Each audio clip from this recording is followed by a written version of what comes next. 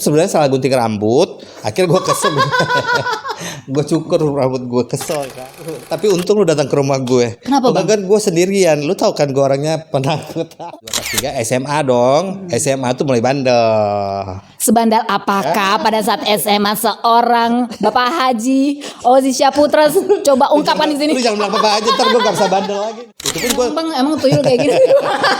Hai teman, selamat datang di podcast Risma Simbolon My Story. Nah sebelumnya jangan lupa ya, subscribe, nyalakan loncengnya, like, komen, dan share sebanyak-banyaknya. Terima kasih. Hai teman, saat ini aku lagi sama abang kita yang tambah apa ya bang? tambah bulet. Tambah bulat. Siapa lagi kalau bukan Abang Ozi Syaputra. Aduh, akhirnya kau sampai juga di rumahku ya. Iya, Bang, berapa tahun yang gue minta waktu lo ya baru dapat nih malam. Kita janjinya tuh janji apa ya? Janji manis melulu ya. Lu tuh. Maka gue bilang udah sekarang aja, kalau nggak kejadian ya. Ember, mesti ditodong ini emang yang satu ya. Ya, tapi alhamdulillah seneng banget lu bisa mampir ke sini. Ini jarang-jarang lo ada orang wawancara di sini. Gue demen. Jadi gue suka tuh orang di tempat comfort zone-nya. gitu Jadi ya. dia santai Iya. dan bisa membuka dan membongkar isi hatinya. Karena gue paling males sebenarnya kalau misalnya rumah gue tuh di kulik-kulik gitu loh. Gue nggak kulik-kulik rumah lo, lu yang gue kulik-kulik. Nah gitu, jadi ya gitulah. Baru kali ini ada wawancara di sini. Oh iya, gue harus beda sama yang lain. Spesial buat orang cantik, jadi gue mau deh gitu. Kan abang biasa diwawancara di TV. Sekarang ya kan, gue sidak langsung. Bang, kita tuh udah berapa lama ya kenal ya bang? Lama banget lah. Banget ya. Gue kan dulu kan kenal lu tuh waktu gue ngerias lu kan sama almarhum Bang Odi, abang sepupuku Bang Odi Agam. Nah jadi teman, biar kalian pada tahu, jadi awal karirnya Bang Ozi Syaputra ini sebelum dia ada di sinetron lah, menyanyi lah, menyonyo. Jadi dia tuh seorang make up artist. Gimana ceritanya tuh Bang? Aduh udah deh, gak usah cerita masa lalu gue. Pokoknya cari aja tuh di YouTube banyak. Oh gitu ya? Iya. Lu cerita dulu sedikit. Lu telat banget ngasih taunya. Ya Allah, kemana aja sih? Semua orang tahu kok gue tuh penata rias sayangku. Iya, Dan gue iya. tuh bisa main film, bisa main sinetron tuh gara-gara gue ngeres Yuni Syara. Wow. Nah makanya gue bisa Gue main juga sinetron. ya, ngeres gue Iya, juga. nah gitu. Jadi Gila tahun berapa? Jadi ngerias itulah pembuka jalan pintu karir gue gitu, dari ketemu ngerias banyak dulu. artis, Iya. ya, Bang. Dulu pernah rekaman 2 kali ya, nggak laku. Oh, gitu. Ntar gue tunjukin deh albumnya. Sebelum yang lagu Sungguh. Bukan, itu udah album ketiga kali ya gitu. Nah jadi itu album setelah waktu itu masih pakai rambut. Oh jadi abang sebenarnya ikon kayak gini. Oh baru-baru ini atau gimana? Iya, ya semenjak tahun 92 pertama kali itu sebenarnya salah gunting rambut. Akhirnya gue kesel. Gue cukur rambut gue, kesel kan salah gunting gitu. rambutnya gue cukur. Gue lagi dandanin Yuni Syara malah ditawarin gitu. Oh, jadi dandanin Yuni Syara ditawarin langsung main di Si Manis atau sebelum itu pernah main? Tawarinnya tuh nggak langsung gue bilang iya. Pertama enggak gitu.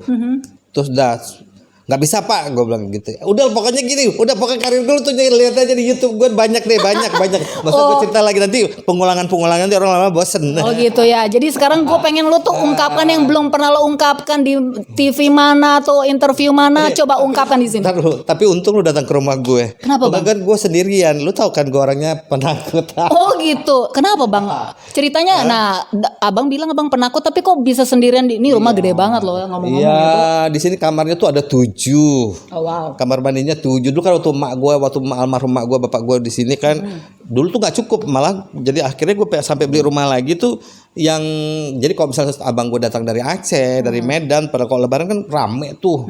Nah, mak gue tuh kan anaknya 7 gitu. Jadi kalau misalnya lagi ngumpul rame banget kan. Nah, sekarang jangankan yang lalat aja juga nggak ada yang datang sini.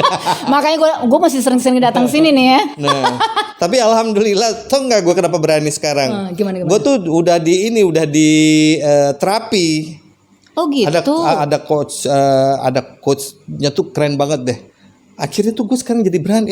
Lu tau sendiri kan gue orang penakut ya kan? Nggak, maksudnya itu terapi itu kayak apa? Maksudnya? Di terapi gue cerita ini masalah gue tuh apa gitu. Gue tuh kan orangnya fobiaan di ketinggian. Misalnya kalau misalnya naik pesawat kan gue suka takut.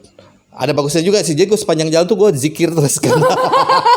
Oh gitu ya. Nah, udah gitu lagi misalnya pokoknya naik pesawat, naik kereta gitu kan, itu kalau misalnya tidur tuh bayangan gue tuh pasti nanti relnya takut apa takut bannya keluar dari relnya Itu gitu. parno, Bang. Udah gitu lagi misalnya yang berani tuh cuma naik kapal laut. Ya ampun Bang, hari Mungkin gini. karena mungkin gue orang zaman dulu ya. Jadi kalau misalnya pulang ke Medan tuh naik kapal, Bu. Ya Zaman Tampomas gitu. Rinjani. Jangan. Gue sempat tuh waktu kecil ya, naik Nah Rinjani. gitu. Jadi hanya kendaraan itu yang gue berani. Kalau di bus, di mobil tuh pokoknya gitu gue paling nggak bisa menikmati perjalanan gitu loh. Nah terus selama Abang berapa lama di terapi? Terus Abang apa tuh yang Abang rasain sehingga Abang berubah dari Iya, jadi gini, penakut ke berani sekarang jadi nih? nggak tahu diapain dia. Pokoknya gue nggak dihipnotis, nggak diapain gitu, nggak ngerti lah diapain. Pokoknya gue sekarang lihat aja gue sendirian kan sendiri kan. Makanya gue bilang gila nih rumah gede gini lo sendirian Bang. Luar biasa. Ya alhamdulillah gue berani gitu loh. Misalnya kayak tadi pagi ini gue kan ini lagi puasa nih kan ya. Tadi pagi gue sahur, gue mesti ke depan gitu, ke depan komplek. Terus gue sendirian nggak apa-apa tuh. Biasanya gue paling takut banget.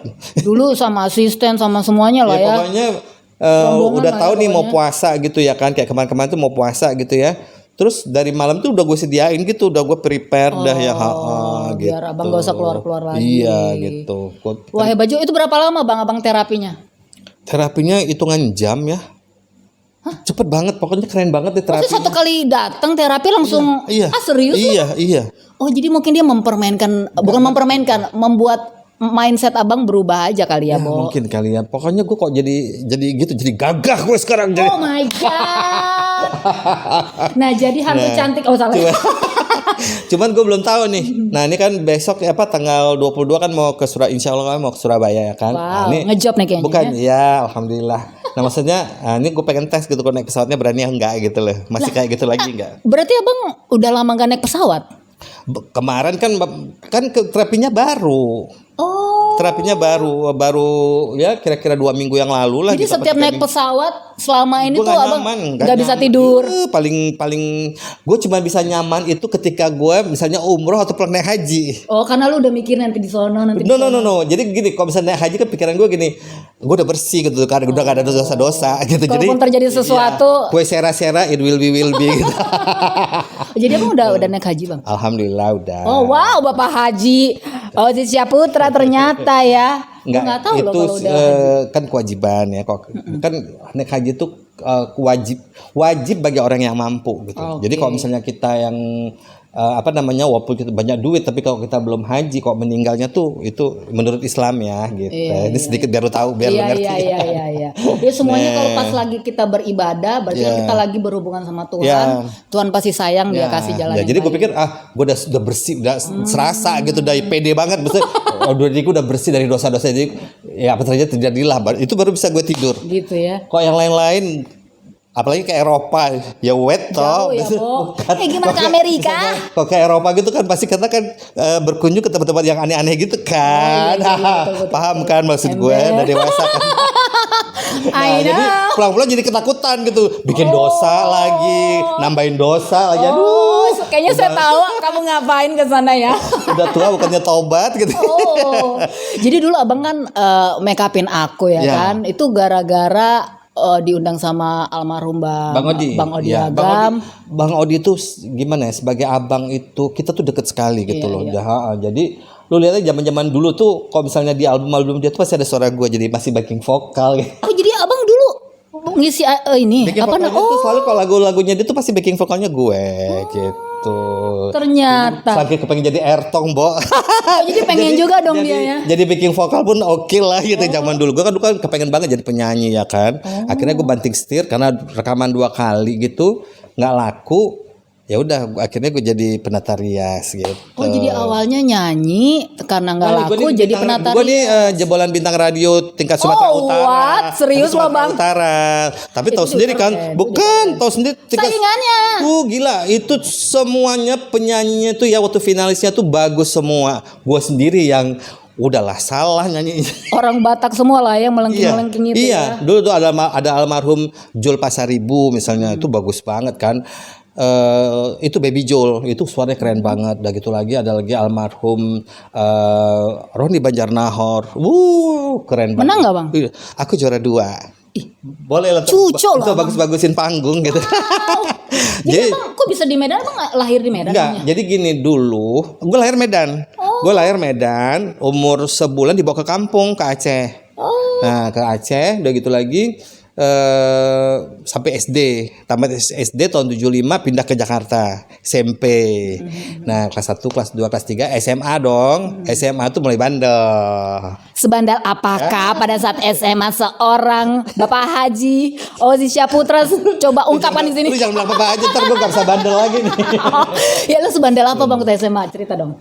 Jadi kan tau sendiri kan lagi masa puber-puber yang sok tahu gitu. Jadi malam-malam tuh yang gentayangan ke disco, zaman dulu kan disco. Wow, itu di Medan? Di Jakarta. Di Jakarta ya. Sehingga asik kegilaan disco. Itu kan zaman Saturday Night Fever, zaman-zaman dulu ya kan. Nah, John Travolta, zaman gitu-gitulah ya kan. Nah, akhirnya pas kan sekolah tuh pas pembagian raport udah alpa gue tuh udah nggak hadir 3 bulan lagi. 100 jam nggak pernah masuk sekolah. Kok jam-jaman Ya kan sih? itu jam gitu. Nah, jadi itu 100 jam. Jadi waktu bagi rapot gitu. Gue kan dulu kan tinggal sama tante gue kan, Mami Ivo Della Krisna, mamanya Astri Ivo tau ya. Nah, pas dia ngomong, mana rapot kau? Kata gitu kan, mati, gue takut kan. Akhirnya gue kabur ke Medan. Pulang kampung. Ya, kan di Medan ada nenek. Gue tuh kan kesayangan nenek kakek kan. Nah, jadi minta perlindungan. Gue pikir kok gue ke Medan gak ada yang berani marahin, bener. Nah, sampai di Medan gue ulang lagi sekolah kelas 1 lagi gitu. Oh, jadi lo ini abangnya. Ya, ngulang lagi dengan orang tinggal kelas tuh disuruh sama sekolah, kalau dia udahlah gue. Karena dengan gini, kerendahan hati. maksudnya gini, ngulang lagi pun juga syarat aja. Sebenarnya udah gue gak ada kepengen sekolah lagi gitu loh. Nah, jadi disitulah di Medan itu gue mulai karir gue sebagai penyanyi, ya kan. Gue ikut bintang radio, pertama juara 3. Itu kalau yang Jakartanya tuh Sandro Tobing, nah tuh selevel tuh. Ya, Bang Sandro. Ya, gue tuh bareng sama Teti Manurung waktu itu. Teti Manurung waktu itu tingkat remaja dia juara 2. Wow. Nah, udah gitu lagi. Nah, kalau tahu almarhum Tengku Zulkarnain tahu yang orang MUI yang Ustadz. Nah, itu dia juara 5. Jadi gua juara 3, dia juara 5. Ada lagi divanya inilah divo ya, divonya masyarakat Karo itu apa namanya?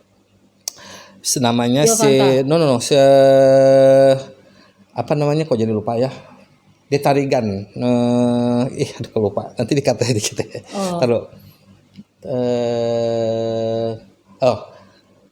Luther Tarigan. Luther Tarigan itu juara 4 tuh. Kalau juara 4 itu harapan kan, Bang? Harapan 1. Nah, bayangin gue diantara ada lagi pokoknya Bang, berarti lo cucok, Bang. Nggak ngerti gue nyanyinya juga. Misalnya kan gini. Lo bisa juara 2 lagi. Waktu lagu wajibnya bener. Pas lagu pilihannya kan mesti keroncong tuh kan. Jadi pas gue bawa lagu Dewi Murni kan, di baliknya gitu kan, awan jeng itu gue lupa terus saya idenya lupa. Tapi juara. Lupa syair. Gue pelengok aja, Banana pelangi beraneka warna. Jadi begitu gue juara 3 pada komplain semuanya. Wah, lu udah bayar berapa tuh juri? Ya udah. Oke, tahun depannya gue ikut lagi. Udah ikut tingkat dewasa. Kalau juara 3 masih boleh ikut? Itu remaja. Oh, remaja. Nah, depannya kan tahun depan itu dewasa. Nah, walaupun gue masih SMA tapi gue ikut tingkat dewasa. Udah dong. Nah, gitu juga penyakitnya. Kan lagu tuh waktu itu penyakit kan lagu Ayah. Di matamu mas kan, bahumu yang dulu kekar, legam terbakar matahari. Itu lupa lagi. Kini kurus dan terbungkul. Komplit lagi orang. Gue juara 2 coba. Nah, juara 1 tuh mendiang Bang Roni Banjarnahor tuh emang penyanyi yang nggak terkalahkan gitu. Nah.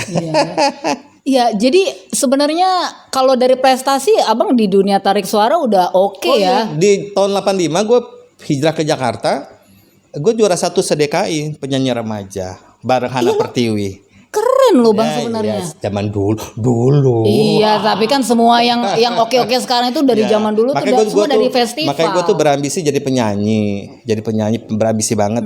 Toto apa daya kan, apa nasib berkata lain ya kan, nggak laku-laku udah rekaman 2 kali gitu. Gue frustrated ya kan, mungkin nggak dunia gue deh gitu. Nah akhirnya gue banting setir jadi perias. Perias lah ya, disitulah lu menemukan, ada produser yang menemukan lu kayaknya Bang ya. Ya. Tapi lu waktu itu lu bikin pelontos. Gue tuh kan salah gunting rambut, gue kesel Terus gak lo- ya lo pelontosin? karena gue pelontosin inilah maka dia diajak gitu. Itu Tapi pun gue memang Bang emang tuyul kayak gitu.